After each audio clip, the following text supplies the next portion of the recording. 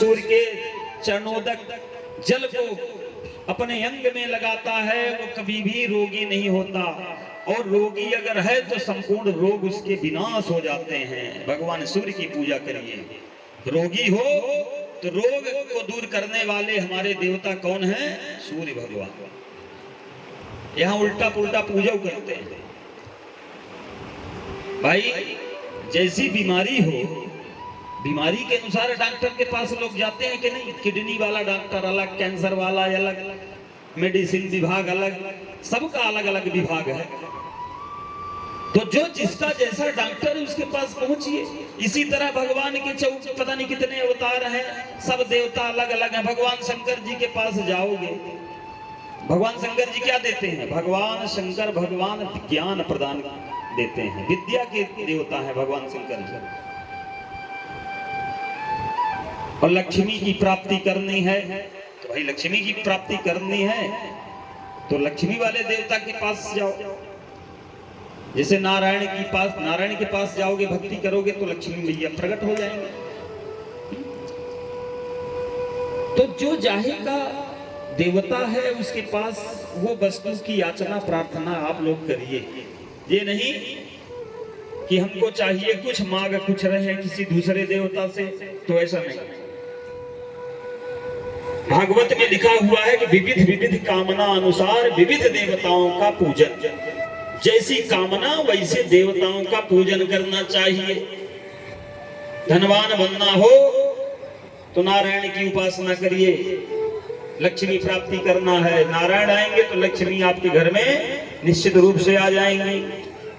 विद्या प्राप्त करनी है, भगवान भोलेनाथ की उपासना करिए। जिसके घर में खूब लड़ाई झगड़ा होता हो, पति पत्नी में बिल्कुल ही न पटता हो, तो ऐसे लोग पार्वती मैया की उपासना करें। बहुत सारे विधान शास्त्रों में बतलाए गए हैं। भूत प्रेत पिशाच ऐसे बहुत सारे उपद्रव हैं। माँ भगवती चंडिका की उपासना करिए। विविध विविध देवताओं की विविध विविध उपासना है। और कहते हैं कि अमृतत्व की प्राप्ति के लिए सुंदर घर में स्नानोपरांत भगवान सूर्य की पूजा करें। भगवान नारायण शालिग्राम इत्यादि नारायण की सुंदर उपासना करें। शालिग्राम भगवान की पूजा करें और लक्ष्मी मैया की पूजा करें। फिर सबसे बड़ी बात तो यह है कि जो देवता आपको अत्यंत प्रिय लगते हो उसी की पूजा करिए। मैं बाध्य नहीं कर रहा हूँ।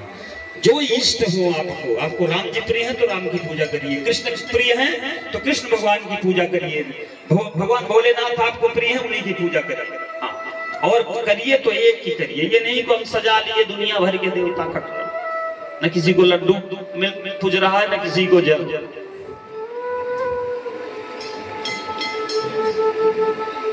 भगवान का चरणामृत बहुत ही गजब का है। भगवान का चरणामृत, उनके चरणों में चढ़ी हुई तुलसी, उनका साक्षात पादोदक जल और गंगा जी बहुत ही कल्याणकारी है। देवताओं का स्नान कराइए तो चरणोदक जरूर लिया करिए। क्या लिखते हैं? भगवान का चरणोदक विष्णु पादोदकम पीत्वा पुनर्जन्म न वेद्यते। इसलिए भगवान के सुंदर चरण जल को चरणामृत कहा गया है। अपने अपने घर में तुलसी लगाइए, जितना हो सके तुलसी लगाइए। तुलसी के दर्शन मात्र से संपूर्ण पापों की राशि जो है वह जल करके नष्ट हो जाती है। तुलसी के स्पर्श मात्र से शरीर पवित्र हो जाता है, ये ध्यान रखिएगा। साधारण पौधा नहीं है। अगर हम सुबह सुबह उठ करके तुलसी मैया को प्रणाम करते हैं तो प्रणाम करने से रोग का नाश हो जाता है। सींच दिए तो मृत्यु टल जाती है, ईश्वर की सन्निधि प्राप्त होती है।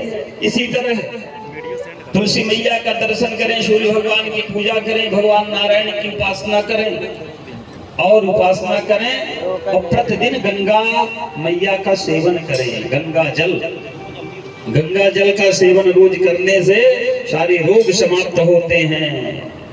स्मरण भी करिए, तीर्थानां तु परम तीर्थम नदीनां उत्तमम नदी मोक्षदा सर्वभूतानां महापातक नाशनम। ये तो हम बोलने के लिए बोल रहे हैं, सिर्फ गंगा का नाम ले लीजिए। गंगा गंगेति यो ब्रूयात योजना नाम सतैरपि मुच्यते सर्व पापेभ्यो विष्णुलोकम च गच्छति। जो भगवान के चरणोदक से निकली हुई गंगा मैया का जो सेवन करता है वो निश्चित रूप से श्रेष्ठ हो जाता है, परम पावन बन जाता है। इसलिए गंगा जल का रोज सेवन किया करिए, 1 चम्मच रोज, 1 ढक्कन रोज पीजिए। और जब 5 लीटर जो गंगा जी से लाते हो चुक जाए तो एक ऐसा बना लीजिए, जैसे आपकी खूब खांसी आती है, दवाइयां तो सभी की चलती होगी कि नहीं चलती? सब की दवाइयां कुछ न कुछ सिर्फ चलता होगा। तो जैसे हमारा महीने की दवाई आती है मेडिकल से, ठीक उसी प्रकार से आप गंगा जल का भी विधान बना लीजिए कि हमारा गंगा जल खत्म हो गया है, किसी व्यक्ति को भेज दीजिए गंगा जी से 5 लीटर आ जाए। यहाँ जरूरतें नहीं पड़ती गंगा मैया की।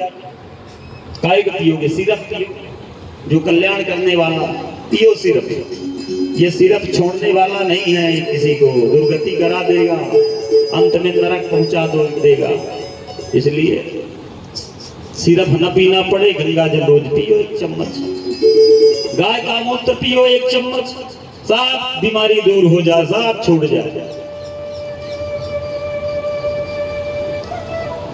कहते हैं कि जो पापी दूर से भी गंगा मैया का रट लगा लेता है, गंगा गंगेति यो ब्रूयात योजना नाम सतैरपि, मतलब सैकड़ों दूर से, सैकड़ों मील दूर से भी गंगा का जो व्यक्ति स्मरण कर लेता है वह मुच्यते सर्व पापेभ्यो, उसका सारा पापों का शमन हो जाता है और विष्णु लोक को वह गमन करता है।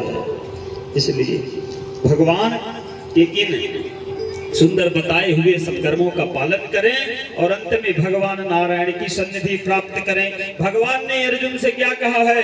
सगदेव प्रपन्नाय तव समीत च याचते अभयं सर्वभूतेभ्यो ददामि तव्रतं मम। देखो, जो मनुष्य कहता है कि हे प्रभु मैं आपका हूं, इस प्रकार मेरी जब शरणागति करता है ना, तो भगवान फिर क्या कहते हैं? फिर वो भगवान के ऊपर हो जाता है। आप अपने समस्त कर्मों को भगवान के ऊपर डाल दीजिए।